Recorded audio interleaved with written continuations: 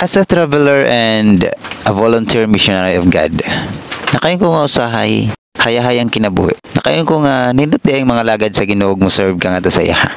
Kay usahay tagon kaniya sa lugar nga ano mo expect.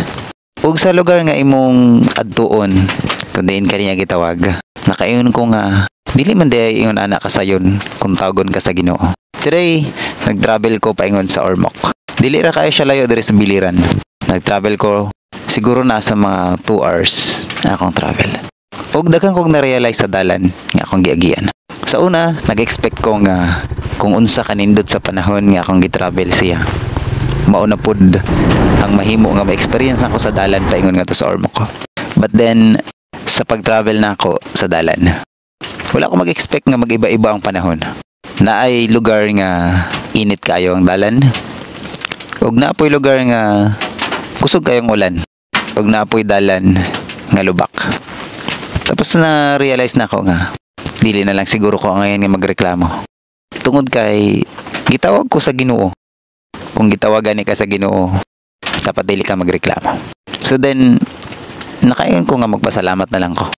Kay naka-learn ko og mga butang sa diha nga nag-travel ko. One thing na-learn ako. Life is like a traveler. Ang atong kinabuhi usahay mo ratag ka nang nag-travel sa lugar nga gusto na tong adtuon. Ang atong pagpangalagad sa Ginoo usahay ingon ana. Usahay nag-expecta nga ang pagpangalagad sa Ginoo hayahay. Usahay nag-expecta nga ang pagpangalagad sa Ginoo sayon. Pero sa diha nga mag-alagad na ka sa Ginoo, makaingon ka nga ay lisod man di ay. Mabitaw ang uban nga mga tao musimba pagsugod sa pag-alagad sa Ginoo pero kahuman ubiya tungod kay sa ilang expect nga hayahay ang pagpangalagad sa Ginoo. Dili nga na nakasayon sa dalan nga tong agian sa diha nga nangalagad sa Ginoo. Daghan kay mga pagsilay. Nayusahay init, nayusahay ulan. Sa dalan nga tong agian nayusahay lubak. Usahay pa ganito di ta ma-expect nga tungod sa lubak nga wala na to gihuna-huna sa dalan sa unahan. Nya matigda kag kahulog ana nga lubak. Tapos hapit na ka matumba. Pero ato lang hinumduman nga bisan og hapit na ta matumba. Wala gihapon ta mo dayon sa pagkatumba. Tungod kay naay Ginoo nag-amping sa ato.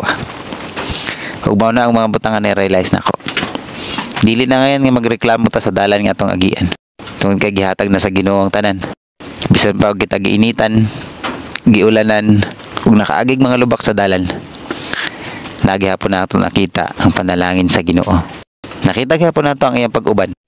Ug sa pagpadayon sa akong pag-travel wala ko muhunong. Until nga naabot sa point nga nagtikadaghan ang mga challenges sa dalan. Tapos nakayon ko nga mauli na lang siguro ko. Kaya bininyo unsay nahitabo sa ko sa dalan. Nakangadto kog lugar nga dili unta ngayon na akong adtuon. Nakangadto ko sa lugar nga wala na ko giplano. Ug sa diha nga naa ko didto. Nangutaan ako sa mga tao. Kuya, asa naman yung lugar? Te, asa naman yung lugar? Mga tukog Lake Danau. Layo naman kadong. Tapos nakayon ko nga ha? Layo na dihay ko. Tapos niabot sa ko ang negative na huna-huna. Nga basing mawala ko. Mas maayo pang mauli na lang siguro ko. Pero sa diha nga na-realize na ko nga mission di ay akong giadto. Gusto na ko maka-learn kung saan ang pagbuhat sa bulaton sa Ginoo. Wala ko mabalik. Wala ko mauli sa Biliran. Ug niadto ko sa lugar nga gusto na akong padulngan. Niadto ko sa lugar nga gitawag ko sa Ginoo. Tapos naabot gihapon ko dito. Kauban sa tabang sa Ginoo. Ug diha na ko na-realize nga usahay di ay taga-antag mga challenges. Usahay di ay makahuna-huna tag mga negative sa diha nga mag-alagad ta sa Ginoo. Usahay di ay sa tong kinabuhi makaingon ta nga mahunong na lang siguro ko pagpangalagad sa Ginoo. Kay basin di ay madisgrasya ko. Kapoy man mga alagad sa Ginoo. Kapoy man. Nagbuhat na ako sa tanang butang nga gusto na akong himuon pero nganong wala man gyapon na ako umarich ang akong gi-expect nga gusto na ako nga makabuot sa kinabuhi. For me, natural lang nga makahunahon tag negative sa kinabuhi. Natural lang nga maabot ta sa point nga magluya ta. Pero kung imo lang yung kitaon ang mga promises sa Ginoo, makayon ta nga magpadayon na lang siguro ko. Tungod kay ang Dios nagpromise nga papuyon ko niyang langit. Nagandam na siya mga langit ng puloy-anan. Nagandam na siya og imong lugar nga pwede nimong puy-an. Sayang og dili ka mga tug di ka magpadayon. Sayang kung madala ka sa mga pagsulay sa dalan. Hinaot nga pareho tang tanan makasakag langit.